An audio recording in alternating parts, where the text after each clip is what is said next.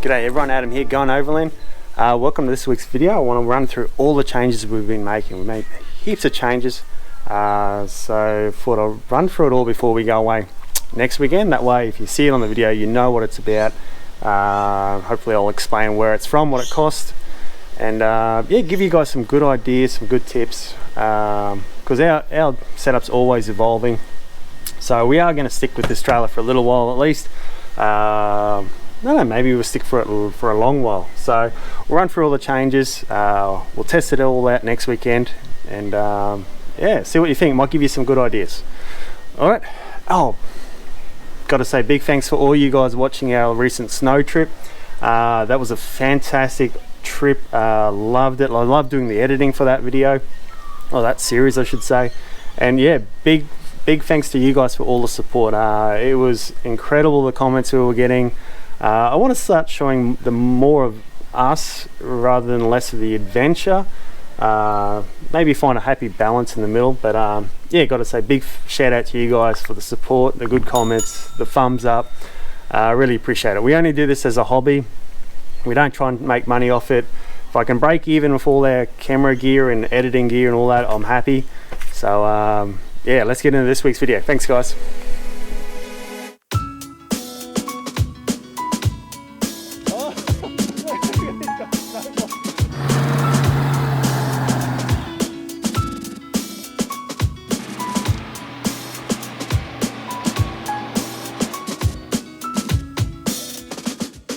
Oh, the sun's at a real bad angle, but anyway, we'll start with the trailer, all the changes we've made to the trailer. The biggest change is going to be the pantry. I've actually removed it. It used to be on these plastic slides and it was really heavy when it was full, and I got some Dun & Watson, they're like 250 kilogram slides. I've just got to modify one little thing so you can do it one-handed. Right now it's empty, but kids should be able to pull that out now, and it's vermin proof. So I've made a few modifications to it. We'll test this all out. We've had it once before where an insect, or not an insect, a marsupial's got in through here, kind of like a field mouse or something, but it was a little bit bigger than a mouse, and it definitely wasn't, you know, a rodent like that. It was a marsupial, but it got in there, got into some of our food. We had to throw half it away, and yeah, it's a bit annoying. So hopefully now a bit more vermin proof. The old pantry was getting real heavy, and it was also starting to wear through the aluminium floor, so something had to get done. They cost about $250 from Dun & Watson, these rollers. We've got one of their fridge slides, so I was really happy with how that's been handling it, so I was happy to go back to them. And yeah, just gonna make life a lot easier, especially for the kids getting things in and out of the pantry. They were really struggling, they were. Now, when we changed the pantry, I also pulled out the drawers that go under our bed, and I've moved them over. They used to sit in the middle for cosmetic reasons perhaps, but I slid them all the way over towards the doorway.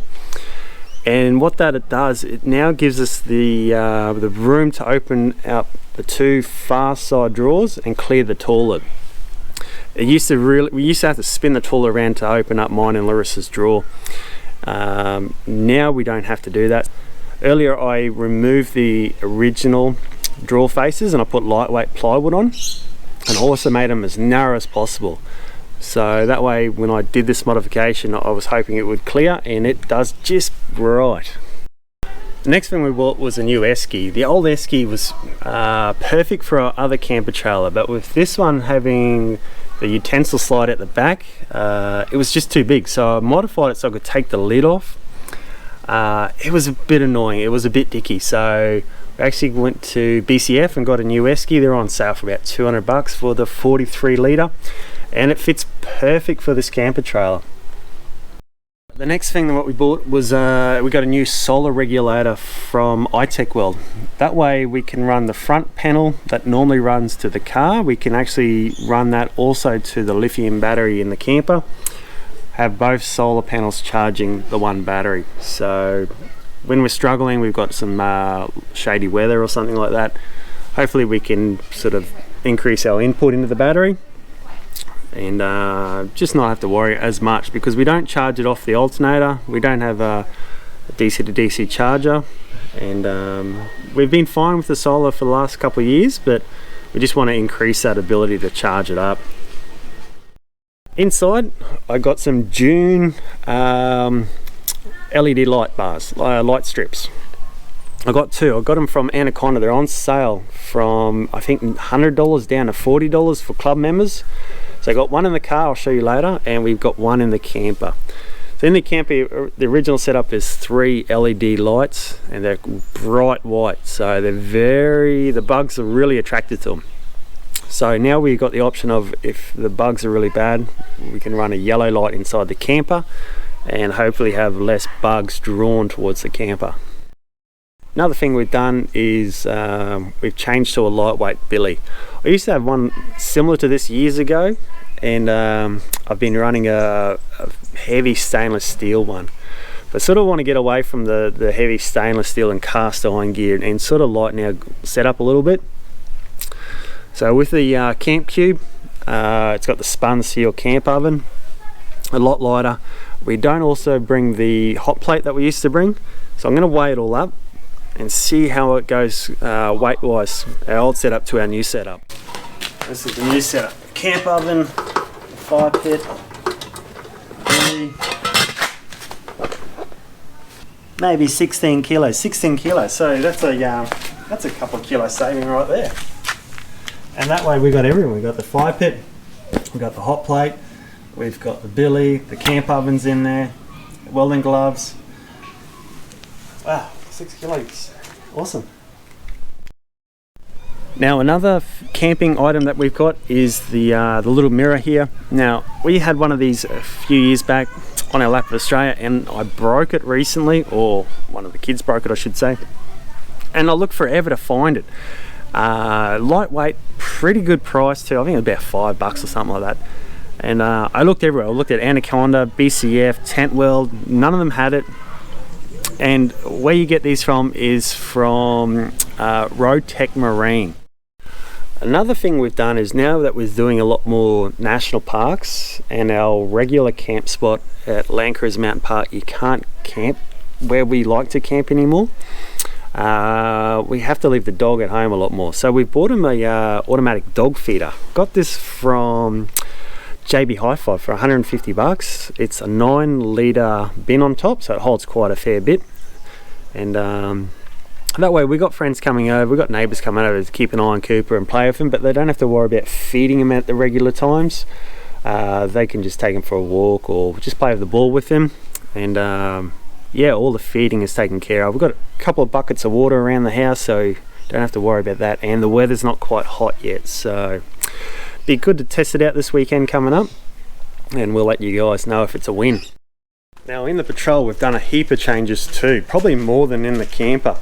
Got a whole heap of new gear, and I'll quickly run through what it all is and show you guys. First big thing is the new hood liner. Remember the old one on our trip? We had 2 power steering pumps fail, 2 brand new ones. Covered it in power steering fluid, and it all started falling apart. It looked horrible. So we got this one. It's through Patrol Apart. We are sort of running their gear again now. Sort of time, you know, you sort of forget with time the struggles and how bad it was. Look, and they are a good website to get specific patrol parts from. So we're sort of running their gear again, and this is one of them. Yeah, it's only about $150 I think. They reckon it's better than the original ones, and it does. On the test drives it definitely sounds quieter in the cab with less noise coming through. Next thing we've done was we've put a new catch can on, or not a new catch can, a catch can. I did notice we had a turbo leak, an oil leak with the turbos, and I did notice in the intake there was quite a bit of blow-by, so thought it would probably time with 350,000 kilometers on the clock to put a catch can on. Imagine the compression's dropping a little bit of blow-by getting past the rings. So we've thrown that on. We've done about 500 kilometers so far, and only a couple little drops have come off. But I reckon when we're towing and there's a lot more load on the engine, it's creating a lot more boost for a lot longer, that's probably when we'll see a lot more blow-by in the tank. Handy little unit. This one was the only one I could find that would fit in the space I had. So with that turbo leak I was telling you about, there was two issues. One was the return line. It's just a rubber hose and it deteriorated. It's probably about 15 years old, so the moment I touched it, it started cracking in more and more places, so I had to change that. And also the gaskets for the oil in and oil return line also started to break down, so that turbo gets quite hot. It does, you know, up around the 500 degree mark, so those gaskets probably don't last forever. So that's sorted. We've done a few test drives with it, no oil leaks coming out, so I'm happy with that. Now, one of the biggest improvements we've made is with the sway bar links. We got some new ones from Patrol Apart, about $100 a corner. We got 4 of them in total, and we got rid of the old sway bar disconnects. So they were rattling around, they were quite flogged out. I'll show you some footage of them. And I've modified these slightly. I've put longer bolts in 2 sides. And what that allows me to do is just undo one nut. I can screw off the eyelet with the greasable nipple and all the fittings and all that, and disconnect the sway bars. So it allows us to soften the ride off-road, improve axle articulation. Main thing is the comfort though. How much comfort you have off-roading without sway bars. You probably don't realize how much they sort of restrict the body roll, which is kind of something you want off-road. On-road you don't want it at all, but off-road, what a difference it makes. Instead of being jarred around, your vehicle will float around. Big difference it makes. And on-road, these new sway bars, they handle so much nicer. I was impressed the difference, mate, and also how quiet it is. The car doesn't clunk around and jink around, and I'll show you the old ones why that probably is. So these are the old sway bars, and this is the rear one, the one that was fixed without the sway bar disconnect, and the eyelet is so flogged out it's ready to actually fall apart and come out of there. That's not supposed to do that, so that's really badly worn out. It's also bent at the top. I don't know if you can see that. So it's had a bit of a load on there. So the new one's actually a little bit longer, and you can cut them to size to suit your lift. And this is the front one, and you can see that hole there for the pin. I wonder if you can see that hole there for the pin. It's actually flogged out so much. It was clunking around and all that, so look how elongated that is. It's not supposed to look like that. And also, have a look at this bolt, the wear in this bolt. It's almost worn through. That's supposed to be all the same thickness all the way to the thread. That's incredible to see that, and that's what corrugations and hundreds of kilometers of it do. That's incredible. I reckon another couple thousand kilometers and that would have sheared off. So quite lucky to catch that. Now inside the car, it hasn't escaped any changes either. We've actually put a new glove box opener on and a glove box lock. It broke on a lap around Australia, and the only thing I could think of at the time was put a bolt through it with a wing nut. Worked really well, but got a new one from Patrol Apart for about $30, which is really handy. It doesn't take 30 seconds to get in the glove box now. It's pretty much instant, so I'm happy with that. And we've also got now a dash cam. So remember back on the snow trip, we were talking about having a reverse camera, help hooking up the trailer, but I don't like a product that just does one thing. So I thought I'll try out a dash cam. It's got a front camera and a rear camera, and with that I can just see the tow ball, and hopefully it'll help hooking on the trailer. But the main thing was, while editing the video, I noticed Larissa actually jumped back behind the car while I started reversing, and I couldn't see that out the back of the Patrol. It's got the fridge in the back, it's got covers all over the windows, so the rear vision is really limited, and I always worry about the kids doing something similar. So it does worry me, and I do reverse really slow because of that. It's from Vifo. They sent it out for us to test out, and a couple little things I'm going to speak to them about, just a couple little changes they can make, but really happy with it so far. Done a few test drives with it.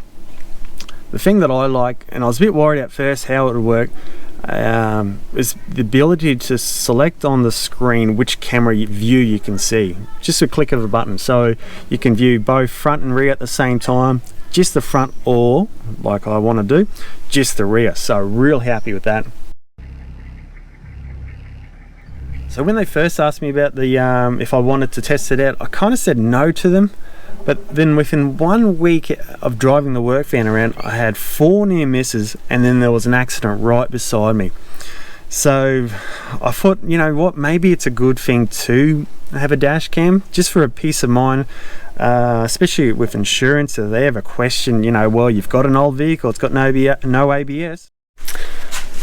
Another thing we've done is probably something very subtle and probably not applicable to a lot of you guys, is we've modified the mirrors a little bit on the Patrol.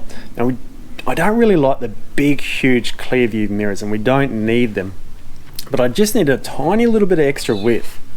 Our trailer is pretty much the same width as the Patrol, but it doesn't taper in like the Patrol does. So what I've done is I've just put some spacers in with some longer screws to our side mirrors. $0 modification, and yeah, it actually makes quite a difference. It does. Now the rear of the vehicle hasn't escaped modifications either. We've actually put a new light in the rear.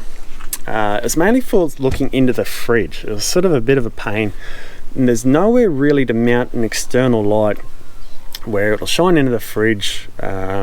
It's out of the way of the awning. We've got the swinging rear door, so it took a while to actually come up with an idea. And I got the same light, it was in the same kit actually as the light in the camper trailer. So this is just the other half, hardwired it into the vehicle, and it's on some magnets so I can swap around where we actually want to place it. So while we're traveling, it can go next to the window, and then when we're at camp, it can go on the back of the roof. It shines in perfect. And then even just yesterday, I just did a modification on the fridge slide. I was a bit annoyed with opening and closing it with 2 hands. Sometimes you got the food in your hand you don't want to put down. So I just had some aluminium angle, pop riveted onto the slider, onto the release mechanism. Working really well. So happy with that. $0 modification again. Had all the gear lying around the house. Now another thing I'm trialing at is we got a new mic. So probably when I'm doing these front-on videos, we'll try and run this new mic. So let us know in the comments if it's any better or worse than the old mic.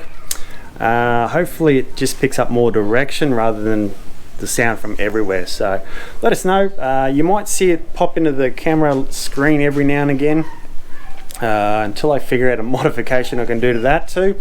You just have to bear and grin it. And I want to show you one more thing. I had a Fong blowout while we were out one day, just recently, and I didn't want to walk around the shops barefoot like a bogan, so I actually had a key ring, and I put a little hole in the end of the Fong in the blowout. I threaded that on, and hey, a week later it's still working. Alright everyone, thanks for watching. I really appreciate it. Hope you got some tips and ideas. That's kind of what I do. And yeah, hopefully you've got some ideas of, you know, some modifications you might want to do to your setup. We'll test it all out next weekend. We're going away, so stick around for that series. Not a series, it'll just be a video, but we'll probably do a couple of little tip videos while we're down there. With some nice scenery around us. So yeah, thanks for watching guys, and we'll see you next week. Cheers.